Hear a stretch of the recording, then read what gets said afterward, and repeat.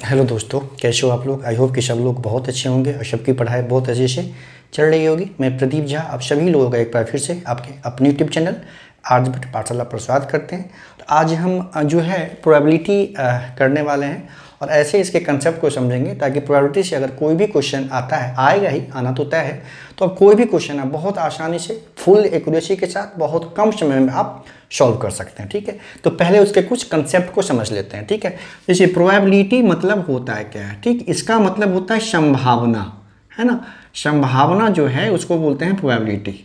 जब हम लोग जब किसी बोलते हैं जैसे 90% है, 90% जब हम लोग 90% कन्फर्म है, तो हम लोग गलत यूज़ करते हैं। 90% प्रोबेबिलिटी है, कन्फर्मेशन मीन्स हो जाता है अपने आप में 100%, है ना। जब हम कन्फर्म शब्द यूज करते हैं साथ में निश्चित शब्द यूज करते हैं तो वहाँ पे हो जाता है 100%। ठीक, तो वहाँ पे वो हम लोग 100% चांस है या 90% चांस है ऐसे नहीं बोल सकते। जब 90% कन्फर्म है ये यूज गलत है। 90% संभावना है, मतलब 90% प्रोबेबिलिटी है। तो जब भी 100 से लेस होगा तो वो हमें संभावना होगा। ठीक, यही होता है प्रोबेबिलिटी मीन्स होता है संभावना। ठीक, उसके बाद क्या होगा कि टोटल जो प्रोबेबिलिटी 100% मतलब 1 होता है। आपको पता है कि 100% जब भी प्रोबेबिलिटी होगा मतलब इक्वेसी होगा मतलब हो गया 1। ठीक है, ये आपको ध्यान रखना, यूज करेंगे उसको। 100% मतलब होता है 1, ये तो सबको पता है कि 100% मतलब फुल एक्यूरेसी मतलब 1 हो गया। जैसे 90%, 80%, 70% कुछ भी होगा वो हमारा क्या होगा, प्रोबेबिलिटी होता है, मतलब संभावना होता है। ठीक, तो प्रोबेबिलिटी ये तो हो गया। प्रोबेबिलिटी का मतलब क्या है। जब हम प्रोबेबिलिटी पे बेस्ड क्वेश्चन को सॉल्व करते हैं, ठीक है, तो वहाँ पे आपको दो चीज़ पे ध्यान देना पड़ेगा। ठीक, एक तो जिस चीज़ का हम प्रोबेबिलिटी फाइंड करना है, ठीक, उसको हम लोग बोलते हैं इवेंट्स, है ना, उसको बोलते हैं हम लोग इवेंट यानी घटना। ठीक, और जो टोटल पॉसिबल आउटकम्स है, मतलब टोटल जो जितने घटना की संभावना है टोटल, उसको बोलते हैं हम लोग टोटल सैंपल स्पेस, उसको एस से डिनोट करते हैं। ठीक, तो ये होता है नंबर ऑफ इवेंट्स। ये हो गया टोटल, जो हो गया नंबर ऑफ सैंपल स्पेस बोलते हैं इसको, ये टोटल। इसको आप लोग लिख सकते हैं, ये हो गया हमारा पॉसिबल आउटकम्स। ये जितने संभावना है टोटल घटना का वो हो गया पॉसिबल आउटकम्स। ठीक, इसको बोलते हैं हम लोग NS। और ये जो इवेंट हो गया जो हमें चाहिए,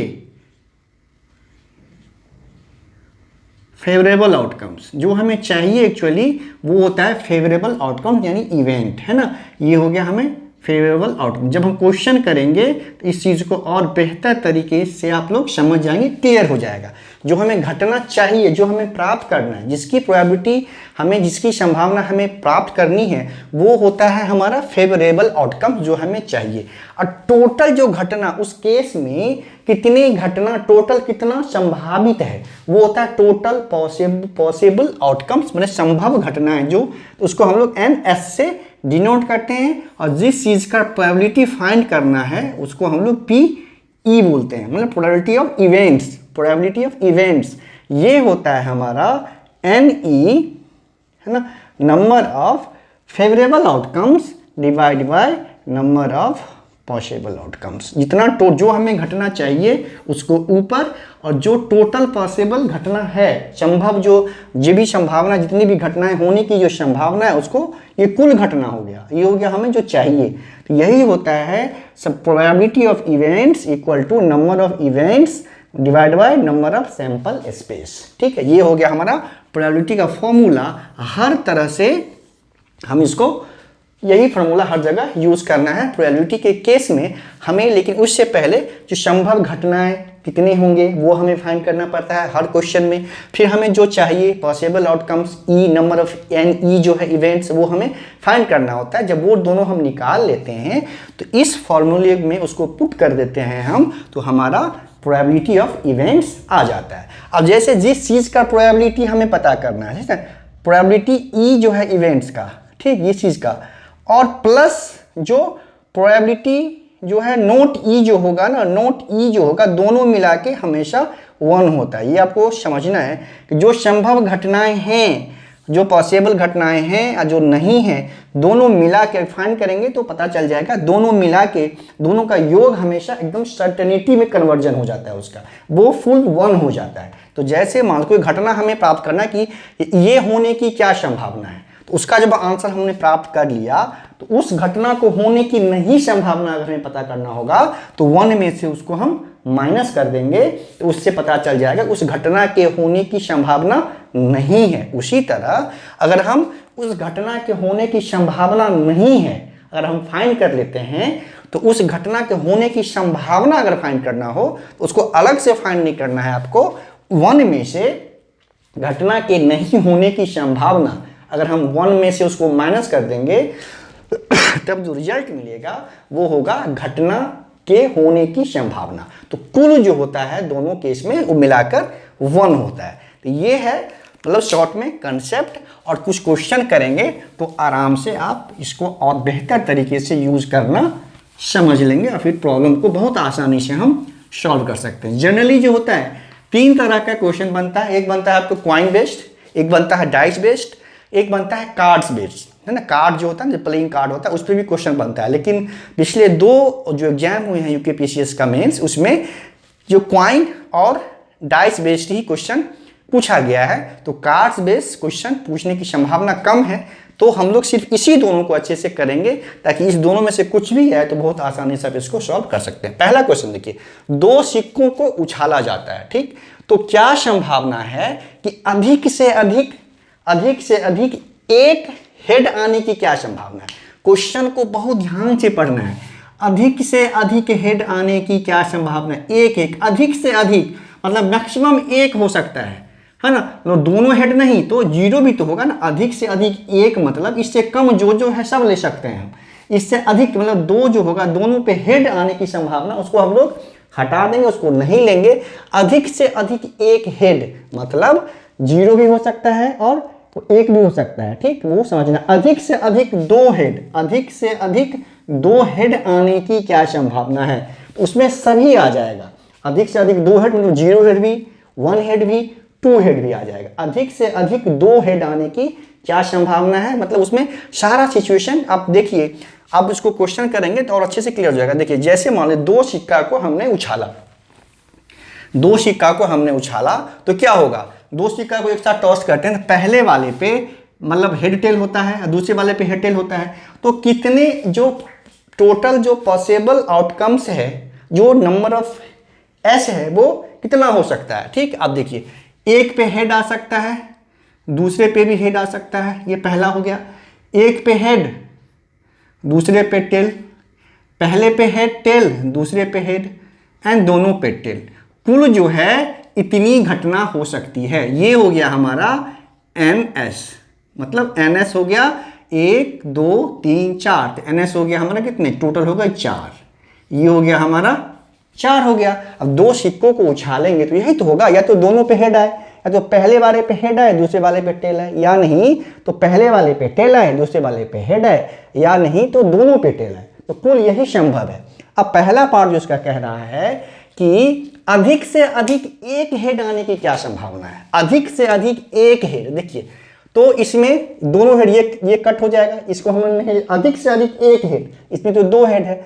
अधिक से अधिक 1 हेड तो ये, अधिक से अधिक एक हेड तो ये, अधिक से अधिक 1 हेड मतलब इसमें कोई हेड भी नहीं, कोई हेड भी है वो ही शामिल हो जाएगा, है ना। इसमें 0 हेड है तो अधिक से अधिक 1 मतलब कोई हेड भी उसमें शामिल होगा। तो पहला वाला का जो सॉल्यूशन होगा हमारा वो देखिए PE जो होगा, जो प्रोबेबिलिटी होगा इवेंट का, है ना, वो होगा हमारा NE, number of events bye number of sample space, ठीक। ये NE कितना हो गया, 1 2 3 जो हमें चाहिए, 3 केस हो गया, ये 3। अब बट्टे टोटल केस कितने हैं, 4 हैं, तो ये हो गया हमारा 4। यही हमारा हो गया आंसर, यही हो गया हमारा आंसर हो गया। मतलब जो फेवरेबल आउटकम जो हमें चाहिए वो 3 है और टोटल कितने पॉसिबल हैं, तो 4 केस हैं, तो 3/4। अब देखिए अधिक से अधिक एक 1 हेड आने की संभावना ये है। अगर पूछा जाए कि अधिक से अधिक 1 हेड आने की नहीं की संभावना क्या है, तो उसको हम लोग कर सकते हैं 1 माइनस 3/4। तो ये हो जाएगा हमारा 1/4। ये पूछा नहीं, मैं बता रहा हूँ, इसलिए दोनों को मिला के हमेशा 1 होता है। ये पूछा नहीं है, बस मैंने बताया कि अगर ये क्वेश्चन हो जाए, उसका दूसरा पार्ट हो, तो आपको फाइंड नहीं करना, सीधा 1 में से उसको माइनस कर देना। दूसरा पार्ट देखिए, बी वाला क्वेश्चन है, उसमें क्या है, बी वाला जो है उसमें है कि अधिक से अधिक 2 हेड, अधिक से अधिक, उसमें 0 भी शामिल होगा, 1 भी, 0 हेड भी, 1 हेड भी, 2 हेड भी, सभी हो जाएगा। तो इसमें क्या होगा, इसका जो दूसरा केस में जो प्रोबेबिलिटी ऑफ इवेंट्स हो जाएगा, वो हो जाएगा हमारा n number of events bye number of sample space. अब देखिए इसमें चारों हो जाएगा ना, अधिक से अधिक 2 है तो ये भी शामिल होगा, ये भी शामिल होगा, अधिक से अधिक 2 तो एक तो है, अधिक से अधिक 2 तो एक तो शामिल होगा, इसमें कोई हेड नहीं है तो ये भी शामिल होगा। तो ये हो जाएगा 4 टोटल पॉसिबल आउटकम्स है जो हमें चाहिए, सॉरी फेवरेबल है 4, अब टोटल पॉसिबल भी 4 ही है, तो ये हो गया आपका 1 इसका आंसर हो गया। मतलब अधिक से अधिक 2 हेड आने की जो प्रोबेबिलिटी है वो 1 है, बेसिकली वो सर्टेनिटी हो गया है ना, वो निश्चितता का बोध कराता है हमें। तो ये था। अच्छा, ये जो 4 केसेज हैं, मान लीजिए 4 केसेज हैं, तो 2 ही कॉइन था, 2 सिक्कों को हमने टॉस्ट किया तो हमने भी आसानी से पता कर लिया। लेकिन अगर मान 4 सिक्के हैं, 5 सिक्के हैं, उसको टॉस्ट करेंगे तो नंबर ऑफ इवेंट्स कितना होगा, टोटल पॉसिबल इवेंट्स कितना होगा, तो कितने संभव हैं इसमें, हेड या टेल, तो 2, ये बेस में लेंगे जो घटना संभव है 2, उसके बाद जितना सिक्का लेंगे उससे उसको पावर में लेना है। जैसे अगर यहाँ पे 2 सिक्के हैं तो 2 मतलब 4 टोटल इवेंट्स हो जाएगा। अगर 3 सिक्का लेना है हमें, अगर 3 कॉइन हम लिए हैं, टॉस्ट किए हैं, 3 कॉइन हम टॉस्ट किए मान लीजिए, तो उस केस में जो टोटल इवेंट्स हो जाएगा तो 2 हो गया आपका, हेड और टेल 2 संभव है, और सिक्के कितने हैं तो 3, ठीक है। तो ये हो गया हमारा 8 टोटल जो होगा वो हमारा हो जाएगा, टोटल कुल घटना कितना हो जाएगा 8। तो ध्यान देना है उसकी तरह से कि जब अगर हम डाइस को, जैसे लूडो खेलते हैं, डाइस को फेंकते हैं तो उसमें एक डाइस पे कितने हो गए, 6 होते, 1 से लेके 6 तक हो गया, 6 हो गया मान लीजिए, तो एक डाइस करेंगे तो 6 संभव है इवेंट्स। अगर 2 डाइस करेंगे तो 6 का स्क्वायर हो जाएगा, मतलब 36 हो जाएगा। 2 डाइस करते हैं तो टोटल इवेंट्स जो संभव है वो 36 हो जाएगा। कैसे, जैसे ये जो 6 संभव है उस पर, तो 6 को बेस में लेना है और जितना डाइस हम ले रहे हैं उसको पावर में लेना है। जैसे इसी में जैसे हमने किया कॉइन वाले में, जो संभव है हेड एंड टेल, यानी 2 केस संभव है, ठीक। तो आप जितना कॉइन लेंगे 1 2 3 4 उसको पावर में लेना है, ठीक। उसी तरह से डाइस के केस में यहाँ पे 1 से लेके 6 तक संभव है ना, तो 6 केस हो गया, और 2 लिए हैं डाइस तो 6 स्क्वायर, 3 लेंगे तो 6 क्यूब। तो ये आपको ध्यान देना है कि टोटल इवेंट्स अगर फाइंड करना हो कभी भी, तो जो संभव इवेंट्स है उसको बेस में लेंगे, जो नंबर ऑफ कॉइन्स या नंबर ऑफ डाइस कुछ भी है उसको हम लोग पावर में लेते हैं, तो उससे क्या होगा, हमारा टोटल इवेंट्स कितने हैं बहुत आसानी से पता चल जाता है, ठीक है। अब देखिए, अब कभी कभी पिछले बारी पर पूछा गया था कि 2 डाइस को अगर हम मान लीजिए 2 सिक्के को, 3 सिक्के को उछालते हैं, है ना, तो टोटल कितने केस बनेंगे, वो तो पता है आपको, टोटल केस बनेंगे 2, ये क्यूब हो जाएगा, 8 हो जाएगा, ठीक। तो इसमें आपको ध्यान देना है कि 8 केसेस जो है, जो कौन कौन हो सकता है, ये आपको बहुत 3 वाला पूछ देता है, तो आपको ध्यान दीजिए। 8 केसेस होगा, तीनों पे हेड आएगा, पहला, दूसरा हो जाएगा आपका पहला पे हेड, दूसरा पे टेल, तीसरा पे हेड, फिर ये हो जाएगा पहला पे हेड, ये दूसरा पे हेड, और तीसरा पे ये टेल हो गया, ठीक है। और एक ये हो जाएगा, फिर हो जाएगा ये आपका, इस पे टी एच, पहला पे टेल और बाकी दोनों पे हेड हो गया, ये 4 हो गए, ठीक है, 4 हो गए। उसके बाद ये अच्छा एक एच टी टी भी आ जाएगा, इससे पहले एक जैसे H H H T H H, यहाँ पे एक और ले लें पहले हम एच टी टी, पहला पे हेड बाकी दोनों पे टेल हो गया, तो 5 हो गया। फिर उसी तरह से अब जैसे इस पे टेल आ गया तो यहाँ पे टेल हो जाएगा, यहाँ पे टेल हो गया, और यहाँ पे टेल, यहाँ पे हेड हो गया, ठीक। फिर यहाँ पे टेल हो गया पहले वाले पे, और यहाँ पे हेड हो गया, यहाँ पे टेल हो गया, और फिर एक तीनों पे टेल हो गया। तो टोटल 1 2 3 4 5 6 7 8 ऐसे करके हम टोटल जो है वो हो जाता है केसेस। कैसे कैसे 8 घटना, जब 3 कॉइन को हम टॉस करते हैं तो टोटल तो 8 केस बनता है। तो इसमें क्वेश्चन पूछ देता है कभी कभी कि मान लीजिए 2 पे हेड आने की क्या संभावना है। जब 3 पॉइंट को हम लोग टॉस करते हैं तो 2 हेड आने की कितना मतलब क्या संभावना है। तो देखेंगे 2 हेड वाला कितने केस है। तो 2 हेड, सिर्फ 2 हेड पूछे। देखिए एक यहाँ एक हो गया, यहाँ हो गया 2 हो गया, यहाँ 3 हो गया, फिर यहाँ 3 हो गया। तो जो 2 हेड आने की जो इवेंट हो जाएगा वो हो जाएगा आपको PE बराबर हो जाएगा NE/NS।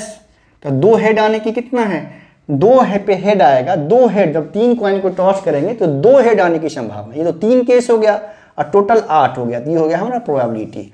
तो इसमें ऐसे उसी तरह से कम 1 हेड, कम से कम 2 हेड, तो उस तरह से आप काउंट करके निकाल लेंगे जो कितना इवेंट्स आ रहा है जो हमें चाहिए, और कितना टोटल तो हमेशा इसमें 8 ही होगा। तो उसी हिसाब से हम 3 कॉइन को टॉस करके भी जो क्वेश्चन अगर पूछा जाएगा तो आप इसमें काउंट करके ये आपको देखना पड़ेगा, इसको आपको अच्छे से समझना पड़ेगा कि 3 केसेस में क्या क्या केसेस हो सकते हैं। ठीक, तो ये टोटल 8 केसेस हैं, और 8 केसेस फाइंड कैसे करेंगे।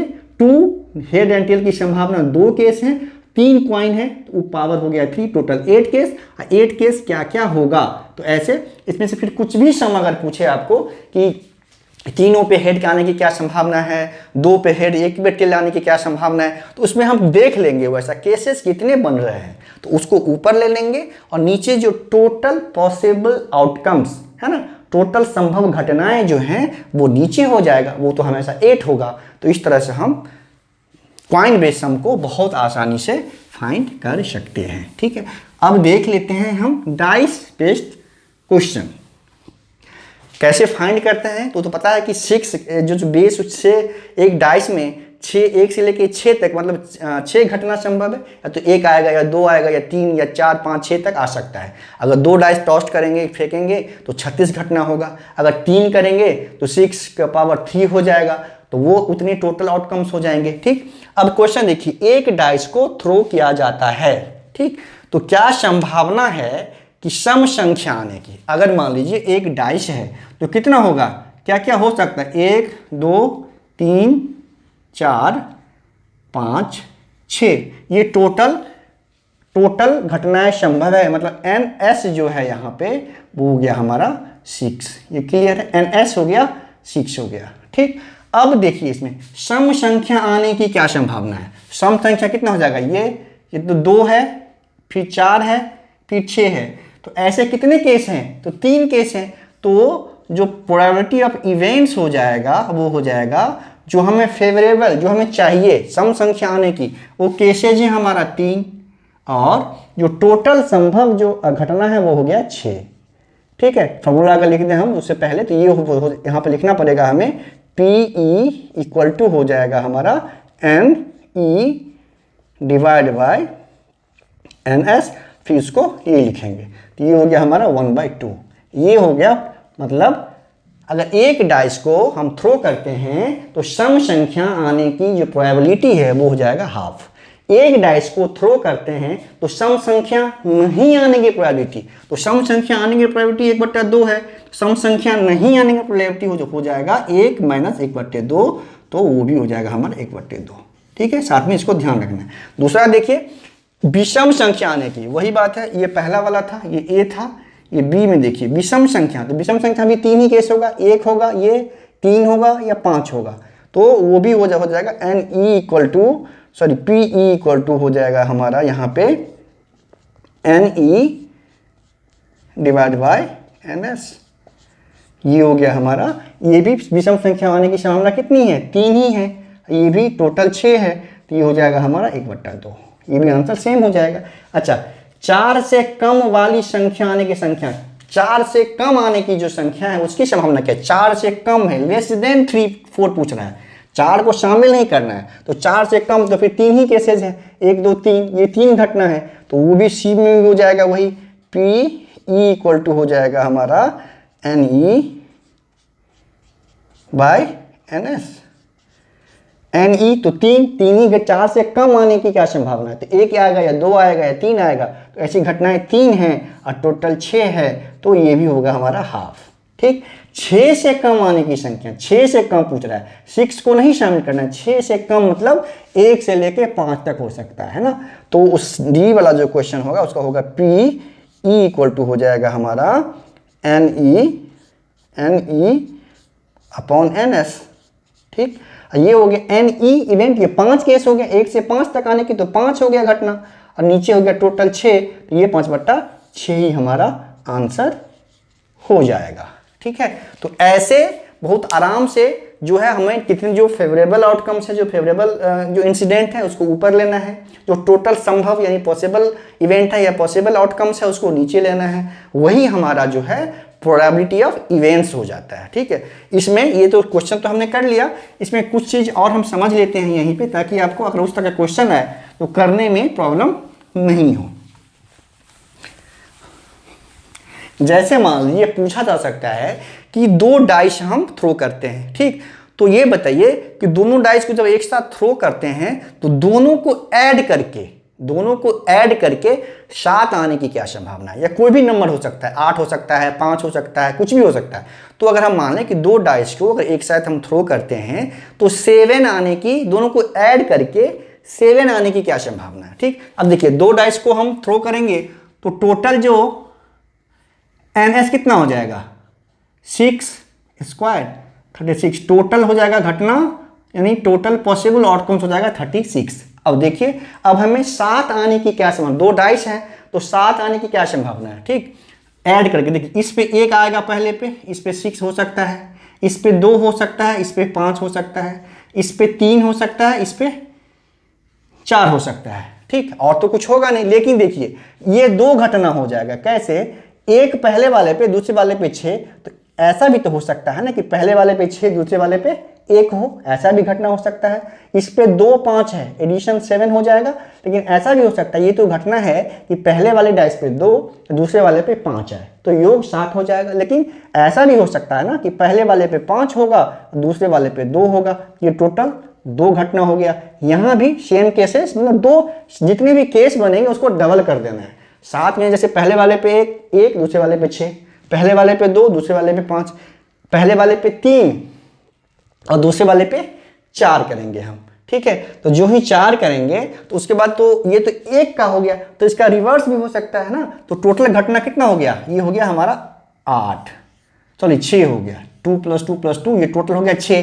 तो जो अगर PE जो हो गया, मतलब 2 डाइस को उछालने पे, थ्रो करने पे दोनों को मिला के जोड़ के 7 आने की संभावना होगा, वो हो गया PE इक्वल टू हो गया हमारा NE अपॉन NS। ये हो गया NE कितना हो गया? 6, जो हमारा फेवरेबल आउटकम्स है वो 6 है, और टोटल हो गया हमारा कितना है? 36 हो गया। तो ये हो गया हमारा 1/6।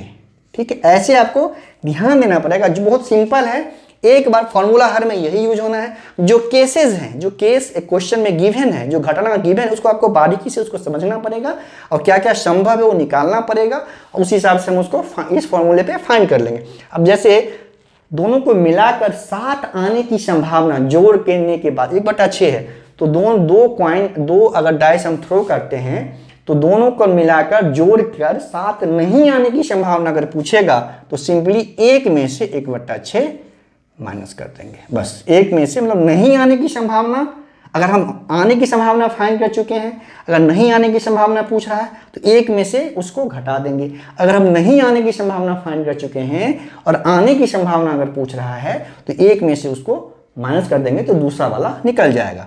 तो आई थिंक इतना काफ़ी है, जो यूकेपीसीएस मेंस में जो पेपर 7 में प्रोबेबिलिटी से क्वेश्चन पूछा जाता है।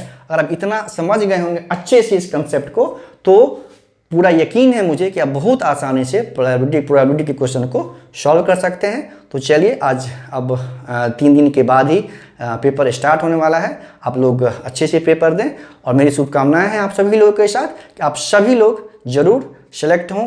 अंतिम जो रिजल्ट है उसमें आप लोग का नाम